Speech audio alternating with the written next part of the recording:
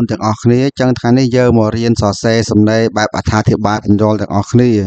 ហើយថ្ងៃនេះប្រធានយើងប្លែកពីប្រធានមុនបន្តិច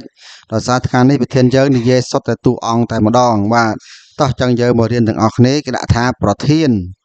តើធនជ័យសឹមនិងចៅចិត្តមានលក្ខណៈសម្បត្តិវិសេសវិសាលរួមគ្នាអ្វីខ្លះដែលអាចឲ្យយើងយកមកប្រតិបត្តិនោះចូលបង្ហាញបាទចឹងឲ្យយើងបង្ហាញពីលក្ខណៈសម្បត្តិរបស់តួអង្គទាំង3ដូចជាតួអង្គធនជ័យសឹមនិងចៅចិត្តចឹងដោយបងប្អូនទាំងអស់គ្នាបានដឹងហើយថាតួអង្គទាំង3នេះសុទ្ធតែតួអង្គដែលទទួលបានជោគជ័យនៅពេលអនាគតបាទនៅពេលទីបញ្ចប់នៃរឿងចឹងតើគាត់មានលក្ខណៈសម្បត្តិពិសេសវិសាលអ្វីខ្លះដែលយើងគួរតែយកមកប្រតិបត្តិតាមតោះដើម្បីជាប្រកាន់តែច្បាស់យើងមករៀនសរសេរសំណេរទាំងអស់គ្នាជាមួយខ្ញុំបាទតោះសេចក្តីអធិប្បាយអក្សរសិល្ប៍ដែលយើងបានសិក្សារាល់ថ្ងៃបានបង្ហាញសកម្មភាពតួអង្គជាច្រើនមានលក្ខណៈល្អអាក្រក់ទៅតាមប្រភេទនៃតួអង្គនិងដំណើររឿងពិសេសអក្សរសិល្ប៍ក្នុងកម្មវិធីសិក្សាសប្តាហ៍នេះហេតុនេះហើយធនជ័យសឹមនិងចៅចិត្តមានលក្ខណៈសម្បត្តិពិសេសរួមគ្នាច្រើនណាស់ដែលអាចឲ្យយើងយកមកប្រតិបត្តិបានតើអ្នកទាំង3មានលក្ខណៈសម្បត្តិល្អពិសេសវិសាលរួមគ្នាគួរឲ្យយើងប្រតិបត្តិតាមយ៉ាងណាខ្លះបាទនេះគឺជាសំណួរតោះចឹងយើងចូលដល់ឃ្លាជាប់សេចក្តីមុននឹងរកឃើញលក្ខណៈរួមគ្នារបស់អ្នកទាំង3នោះយើងគួរយល់ន័យនៃពាក្យលក្ខណៈសម្បត្តិវិសេសវិសាលនិងពាក្យប្រតិបត្តិសិនបាទពាក្យលក្ខណៈសម្បត្តិវិសេសវិសាលគឺមានន័យថាការ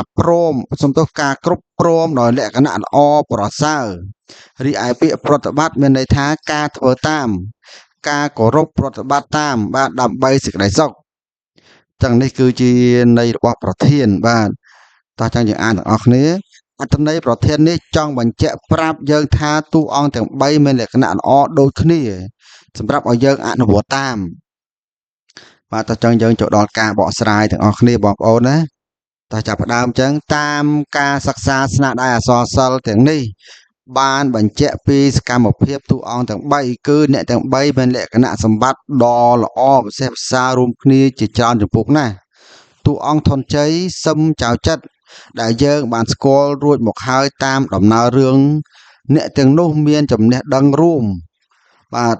មានចំណេះដឹងរួមទាំងសមត្ថភាពគ្រប់គ្រាន់ក្នុងការដោះស្រាយដំណើរជីវិតរបស់គេម្នាក់ឈានដល់សុភមង្គលដែលជាបំណងនិងសេចក្តីត្រូវការរបស់មនុស្សទូទៅសកម្មភាពរបស់ធនជ័យក៏ដូចសឹមនឹងចៅចិត្តដែរ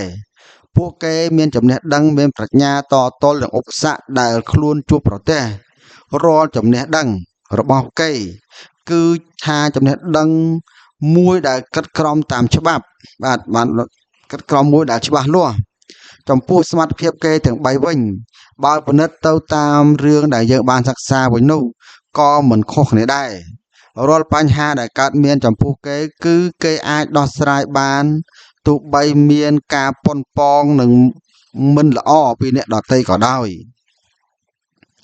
តោះចឹងយើងអានតទៅមុខទៀតចាំមើលលក្ខណៈល្អដល់ឡែកគ្នាម្ដងតើធនជ័យល្អកន្លែងណាខ្លះចៅចិត្តល្អកន្លែងណាខ្លះនិងតួអង្គសឹមល្អកន្លែងណាខ្លះបាទតោះចឹងយើងអានទាំងអស់គ្នាធនជ័យសឹមចៅចិត្តមិនរើសអើងការងារបាទមិនរើសអើងការងារនិងមានស្មារតីទទួលខុសត្រូវខ្ពស់គេធ្វើការងារអ្វីមួយដោយមិនរើសអើងមិនប្រកាន់ឡើយពិសេសគឺគេមានស្មារតីទទួលខុសត្រូវខ្ពស់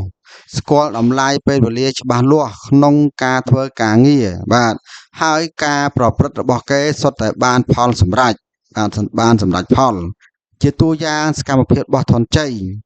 ដែលអាចធ្វើឲ្យសេដ្ឋីនាម៉ឺនស្ដេចខ្មែរស្ដេចចិនខ្លាចចំពោះប្រាជ្ញានិងកោតស្ញប់ស្ញែងរាល់សកម្មភាពរបស់គេចំពោះសឹមវិញគេបានធ្វើឲ្យថៅកែនិងពួកកម្មករស្គាល់គេច្បាស់ថាគេជាអ្នកមានលក្ខណៈត្រឹមត្រូវល្អគោរពម៉ោងពេលនិងដឹងតួនាទីជាកម្មករហើយពួកកម្មករតែងតែធ្វើតាមសឹមរៀនសូត្រពីសឹមរហូត